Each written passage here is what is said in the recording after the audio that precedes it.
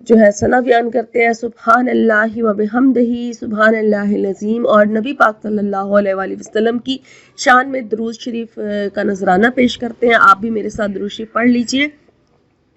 اللہم صلی علی محمد وعلی آل محمد کما صلیت علی ابراہیم وعلی آل ابراہیم انکا حمید مجید۔ اللہم بارک علی محمد وعلی آل محمد کما بارکت علی ابراہیم وعلی آل ابراہیم انکا حمید مجید۔ اے اللہ پاک، میں اپنے تمام سبسکرائبرز، تمام امت مسلمہ کے لیے اپنے لیے تجھ سے دعا کرتی ہوں کہ اللہ پاک تو ہم سب کی تمام پریشانیاں دور فرما دے، ہم تمام مسلمانوں کے گناہ معاف کر دے، تو ہم سے راضی ہو جا، تو ہمارے حق جو ہے ہم لوگوں سے راضی ہو جا، ہمارے گناہ معاف کر دے، ہماری مغفرت فرما دے، اور ہم جن جن آزمائشوں میں گھرے ہوئے ہیں تو اللہ پاک تو ہم تمام مسلمانوں کو ان آزمائشوں سے نکال دے، آمین۔ اور میرے جتنے سبسکرائبرز پریشان ہیں، جو مجھے خصوصی دعاؤں کے لیے کہتے ہیں، اللہ پاک تو ان کے ناموں سے بھی واقف ہے، تو ان کے دلوں کے حال سے بھی واقف ہے، تو ان کی حاجتوں سے بھی واقف ہے، تو اللہ پاک تو ان کی حاجات کو، ان کی جو جائز حاجات ہیں ان کو اپنی بارگاہ میں قبول اور مقبول فرما، آمین ثم آمین یا رب العالمین۔ تو وظیفے کی طرف چلتے ہیں ویورز۔ جو وظیفہ سورہ الکوثر کا آج میں آپ کی خدمت میں لے کے حاضر ہوئی ہوں، بہت آسان سی سورہ ہے، قرآن پاک کی سب سے چھوٹی سورہ ہے، اور اس کو پڑھنے کے بے شمار فائدے ہیں۔ کوئی بھی اس عمل کو کر کے اپنے مقصد کی جو ہے وہ نیت کر سکتا ہے، جس مرضی حاجت کے لیے، جس مرضی مقصد کے لیے آپ اس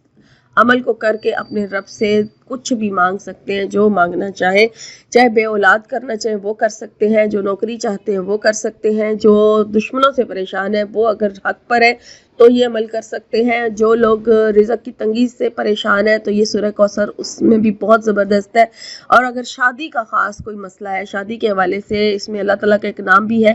اگر شادی کا پرابلم ہے، شادی میں کوئی بندش ہے، کوئی رکاوٹ ہے، یا کوئی پسند کی شادی کرنا چاہتا ہے تو یہ عمل ضرور کریں، انشاءاللہ تعالیٰ اس عمل کی برکت سے اسے ضرور کامیابی ملے گی، اور جو آپ مانگنا چاہیں اپنے رب سے مانگ سکتے ہیں۔ تو آپ اپنا ٹائم، جیسے میں نے پہلے بتایا، ٹائم آپ نے فکس کر لینا ہے جس ٹائم پر آپ اس عمل کو کرنے جا رہے ہیں۔ اگر آپ اسے ظہر کی نماز کے ساتھ یا مغرب کی نماز کے ساتھ کر رہے ہیں تو پھر آپ نے باقی کے تمام دن میں جو ہے وہ اس کو اسی ٹائم پہ کرنا ہے۔ اب دیکھیں، اگر آپ ظہر کی نماز کے بعد اس عمل کو کرتے ہیں تو سب سے پہلے تو آپ ظہر کی نماز اپنی پوری ادا کر لیں۔ آپ نے ظہر کی نماز پوری ادا کر لینی ہے، اس کے بعد پھر آپ نے الگ سے 2 رکعت حاجت کی نیت سے، صلاۃ الحاجات کی نیت سے نفل نماز جو ہے وہ ادا کرنے ہیں، اور آپ نے پہلی رکعت میں سورہ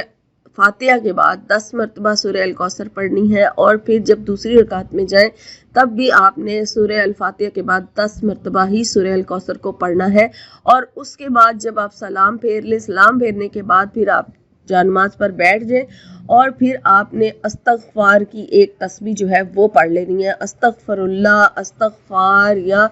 آپ استغفر اللہ رب من کل ذنب واتوب علیہ یہ پڑھ لیں، یا جو بھی استغفار کا کلمہ آپ پڑھنا چاہیں وہ پڑھ سکتے ہیں۔ ایک تسبیح پوری استغفار کی پڑھنے کے بعد پھر آپ نے نبی پاک صلی اللہ علیہ وآلہ وسلم کی شان میں درود شریف کا نذرانہ پیش کرنا ہے، اور وہ پڑھنا ہے آپ نے 33 ٹائم،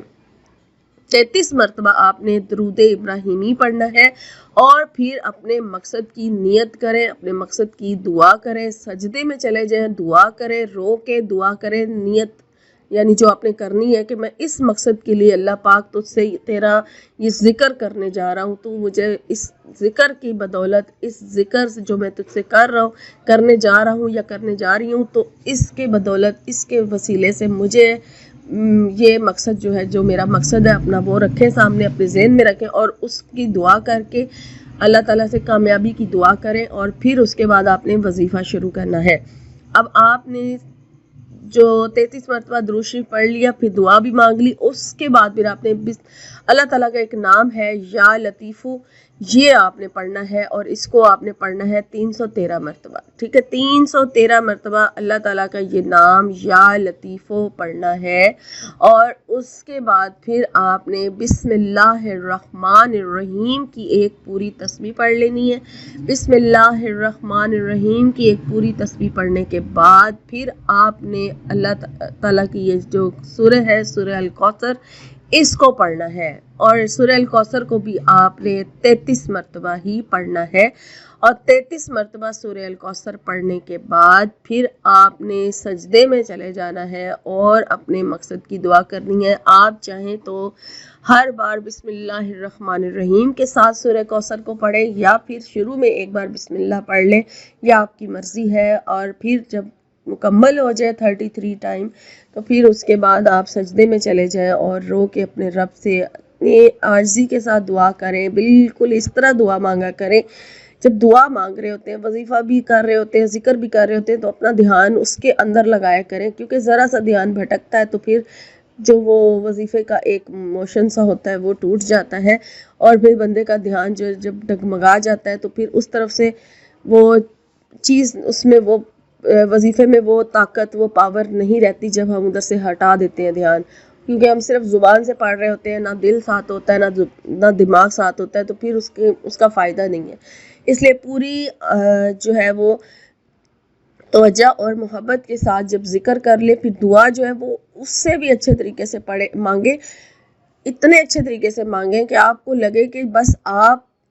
سجدے میں ہیں اور سامنے آپ کے یا تو خانہ کعبہ کی نیت سوچ رکھا کریں کہ آپ خانہ کعبہ کے بالکل پاس بیٹھے ہیں اور اس کو سجدہ کر رہے ہیں اور اپنے رب سے ہم کلام ہیں، یا پھر ذہن میں مسجد نبوی کو لایا کریں. بالکل ایسے محسوس کیا کریں کہ جیسے آپ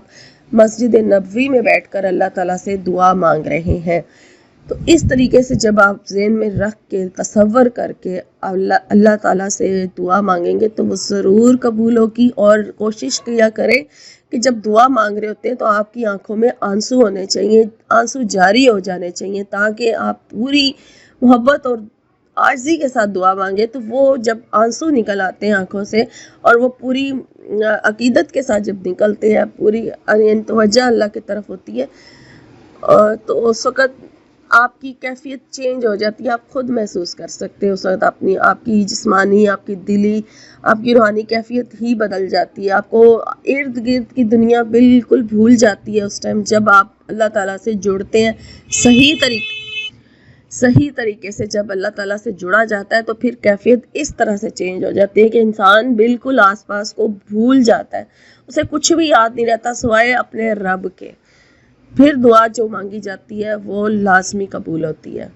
ٹھیک ہے، تو اسی طریقے سے آپ نے اس عمل کو پورے 7 دن کرنا ہے. اور یہ ربیع الاول کے دن بہت قیمتی ہیں، اگلے سال نصیب ہو نہ ہو یہ اللہ ہی جانتا ہے، اس لیے ان کو جانے نہ دیں. اور جو لوگ مایوس ہوئے ہیں، تھکے ہوئے ہیں، دعائیں مانگ مانگ کے تھک چکے ہیں، وہ فائدہ اٹھا لیں اپنے رب سے، کچھ بھی مانگ لیں. اور سورہ الکوثر کو پڑھ کے وہ دولت جو کہتے ہیں نا، ہم دولت حاصل کرنا چاہتے ہیں تو وہ بھی مانگ سکتے ہیں اللہ تعالیٰ سے. ٹھیک ہے، آپ چاہتے ہیں کہ آپ کروڑ پتی بن جائیں تو آپ دنوں اس وظیفے کو کر کے آپ یہ بھی دعا جو ہے اللہ تعالیٰ سے مانگ سکتے ہیں. بہت زبردست عمل ہے، ضرور کیجیے. انشاءاللہ میں بھی اس کو ضرور کروں گی اس عمل کو، اور آپ سے بھی شیئر کر رہی ہوں کرنے سے پہلے کہ میں نے بھی یہ عمل جو ہے وہ شروع کرنا ہے، تو آپ بھی اس عمل کو ضرور شروع کریں. تو یہ تھا آج کا عمل. اور 7 دن آپ نے بالکل ناغہ کیے بغیر اس عمل کو کرنا ہے. ناغے کے دن جو ہے نا وہ بیچ میں نہیں آنے چاہیے. تو بہتر ہے کہ پورا ربیع الاول کا مہینہ آپ کے پاس ہے، ابھی جتنا بھی یعنی کہ دن رہ گئے اس سے فائدہ اٹھا لیں. جو کرنا چاہیں، خواتین کے لیے خاص ہوتا ہے کہ اگر ناپاکی کے دن ہے تو وہ اس کو نکال کے بعد میں اس عمل کو شروع کریں اور 7 دن لگاتار کریں، ناغہ بیچ میں نہ آنے دیں. اور اس طرح سے آپ اپنا اس وظیفے کو پورا کر لیں. یہ زبردست عمل ہے جو میں نے آج آپ سے شیئر کیا. اور تمام امت مسلمہ کو اپنی دعاؤں میں یاد رکھیں. میرے چینل کو سبسکرائب کر لیجئے اچھی ویڈیو مزید حاصل کرنے کے لیے، اور چینل کو سبسکرائب کے ساتھ ساتھ میری حوصلہ افزائی کے لیے ویڈیو کو لائک کریں، ضرورت مند لوگوں کے ساتھ شیئر کریں. شکریہ، اللہ حافظ.